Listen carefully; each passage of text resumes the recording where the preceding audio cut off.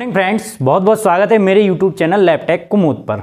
आज मैं आपको जो वीडियो करने जा रहा हूं वो डीएमएलटी और बीएमएलटी दोनों का यूनिवर्सिटी एग्जाम जो कंडक्ट होने वाला है सितंबर में डीएमएलटी का और अगस्त में बीएमएलटी फर्स्ट ईयर का यूनिवर्सिटी एग्जाम। ये क्यों ज़रूरी मैंने समझा तो मैंने देखा कि बहुत सारे गवर्नमेंट मेडिकल कॉलेजेस के जो बच्चे होते हैं प्रैक्टिकल तो उनका बहुत ही अच्छा होता है, इवन थ्योरी भी अच्छी होती है, पर पेपर कैसे सॉल्व करना है अकॉर्डिंग टू सिलेबस वो कहीं ना कहीं कुछ बच्चे उसमें कंफ्यूज हो जाते हैं। कुछ शॉर्ट्स क्वेश्चंस होते हैं 2 नंबर के, वो ज़्यादा लिख लेते हैं। कुछ क्वेश्चन ऐसे होते हैं कि उनको ज़्यादा 5 से 6 पेज में भरना चाहिए और 2 से 3 पेज में भरते हैं। तो इसी के बारे में आपको ये वीडियो करने जा रहा हूँ क्योंकि आपका एग्जाम है, आपके लिए बहुत यूजफुल होगा। चलिए मैं आपको बता देता हूँ। देखिए, diploma in medical lab technician DMLT के बारे में अभी समझ लेते हैं। 2 इयर्स का डिप्लोमा कोर्स है, ये आप सब जानते हो यूनिवर्सिटी का। तो syllabus and scheme of examination समझ लेते हैं डीएमएलटी की। ये पेपर 3 है, पेपर 4 पेपर होते हैं आपके। फर्स्ट एनाटॉमी फिजियोलॉजी होता है, सेकंड बायोकेमिस्ट्री होता है, third haematology and blood banking होता है और जो फोर्थ होता है वो आपका पैथोलॉजी सेकंड होता है। तो स्कीम ऑफ एग्जामिनेशन आप समझते हो कि हर एक सब्जेक्ट का थ्योरी मार्क 100 नंबर का होता है, इंटरनल असेसमेंट जो इंस्टीट्यूट कराता है वो 100 नंबर का होता है, प्रैक्टिकल 100 नंबर का होता है और इसमें से 50% मार्क्स आपको पास होने के लिए चाहिए। तो instruction for the paper setter, ये इसलिए बहुत ही अनिवार्य है आपको कि पेपर सेट करने वाले को क्या इंस्ट्रक्शन दिए हैं एमपीएमएसयू ने। तो the university theory examination shall be of 100 marks and question paper will be set bye qualified examiner MD pathology.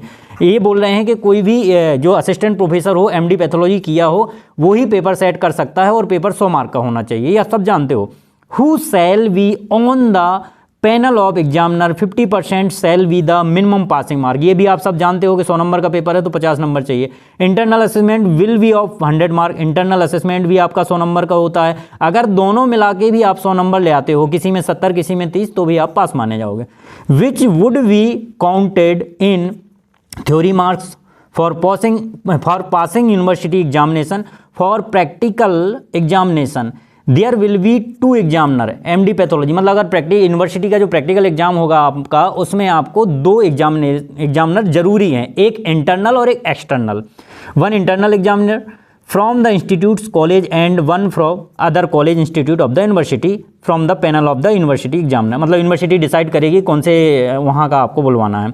The pattern of university theory examination will be as under for 100 maximum mark in questions. अगर 100 number का paper set करना है तो कैसे करेंगे वो आपको जानना बहुत ज़रूरी है।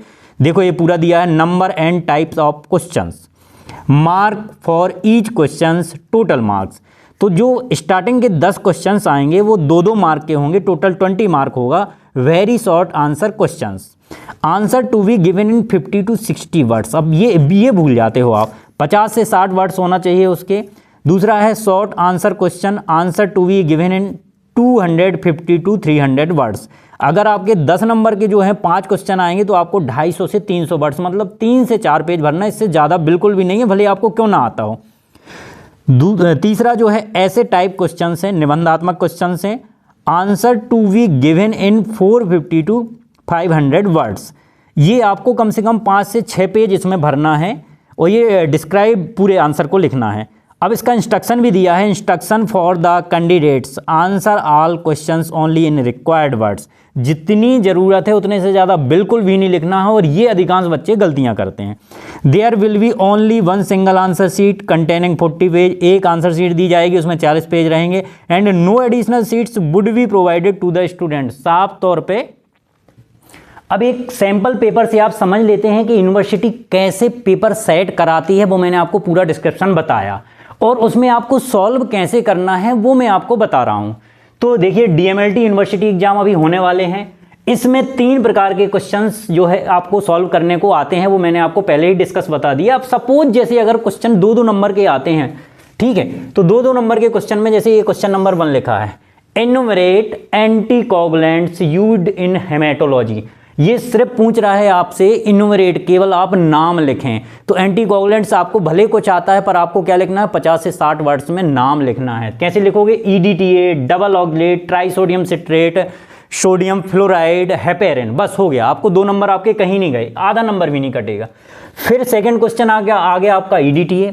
अब आप तो प्रिपेयर हो लंबे चौड़े चौड़े आपको आंसर करने के लिए। अब ईडीटीए आ गए, आप सोचोगे 2 नंबर में ईडीटीए हम अगर लिख देंगे कि ईडीटीए एंटीकोगुलेंट है तो कैसे मिलेगा? नहीं, आप कैसे लिख सकते हो मैं आपको बताता हूँ। ईडीटीए एक एंटीकोगुलेंट है जो कि हेमेटोलॉजिकल टेस्ट के लिए यूज होता है। इसका full form ethylene diamine tetraacetic acid है। इसका रेशियो 1.8 mg पर 3 to 4 ml ब्लड को क्लॉट होने से रोकता है।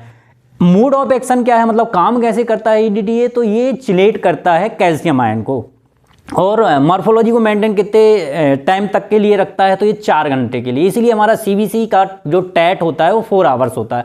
आफ्टर 4 आवर्स अल्टर्ड होने लग जाता है। तो आप इतना आराम से 50-60 वर्ड्स में लिख दोगे, केवल आपको सिंपल सा नहीं लिख के आ जाना है। तीसरा क्वेश्चन जो आया है वो सोडियम मेटावाइसल्फाइड। अब आप स्तब्ध रह गए कि सर सोडियम मेटावाइसल्फाइड आया है, अब कैसे लिखें? आपको यूज ही नहीं पता है तो मैं आपको यूज बता देता हूं।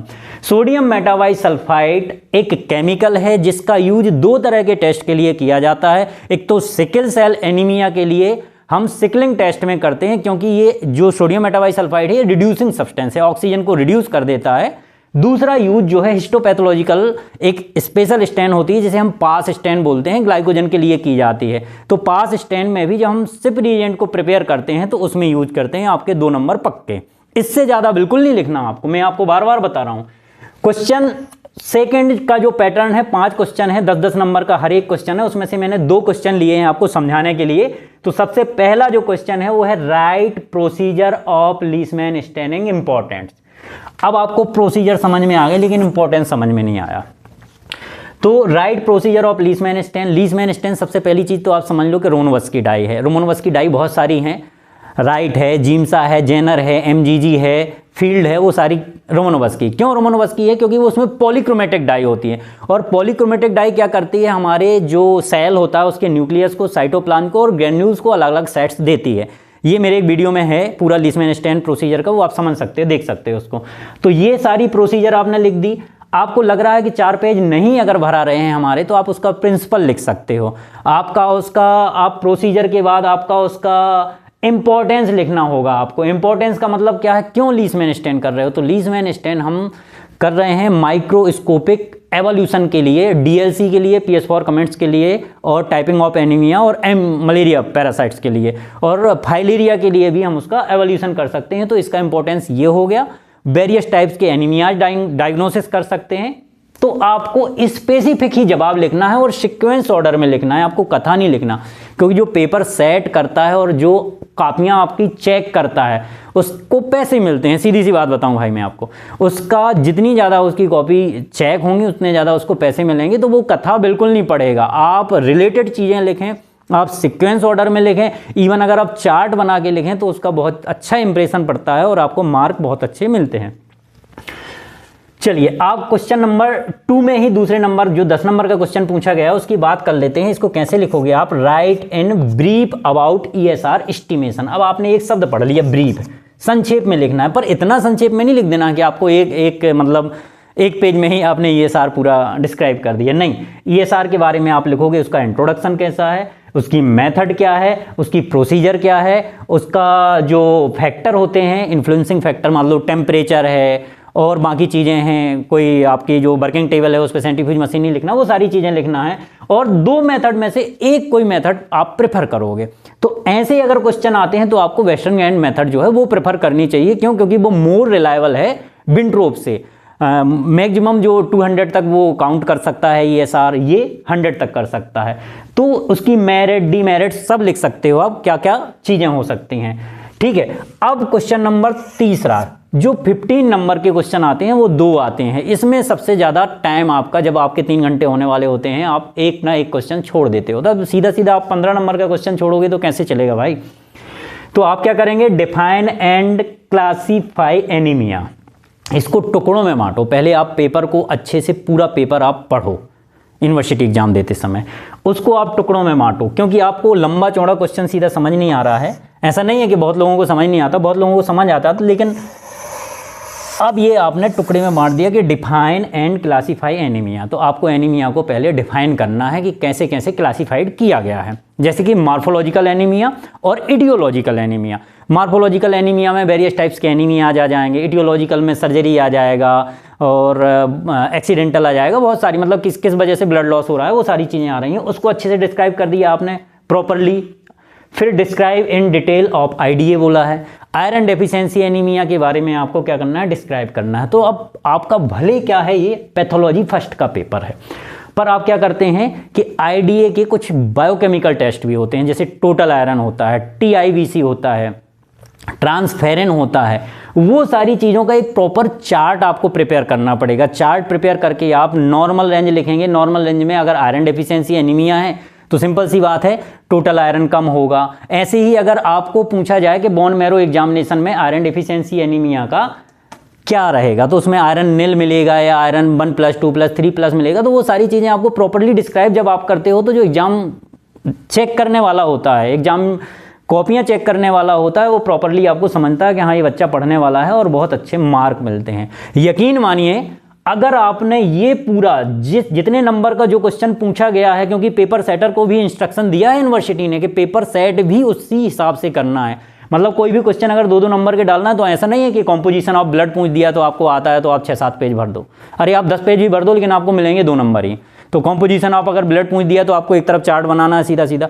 और ये यूनिवर्सिटी एग्जाम में आप ज़्यादातर थ्योरी ना लिख के चार्ट से डिस्क्राइब करें। जैसे मैं आपको बता रहा हूँ कॉम्पोजिशन ऑफ ब्लड, तो कॉम्पोजिशन ऑफ ब्लड में सपोज अपन चलो यहाँ मान लेते हैं, तो आपने एक वो लिखा और एक चार्ट बना दिया, इधर आपने लिख लिया फॉर्म्ड या ब्लड सेल्स, एक तरफ आपने लिख दिया प्लाज्मा, ठीक है।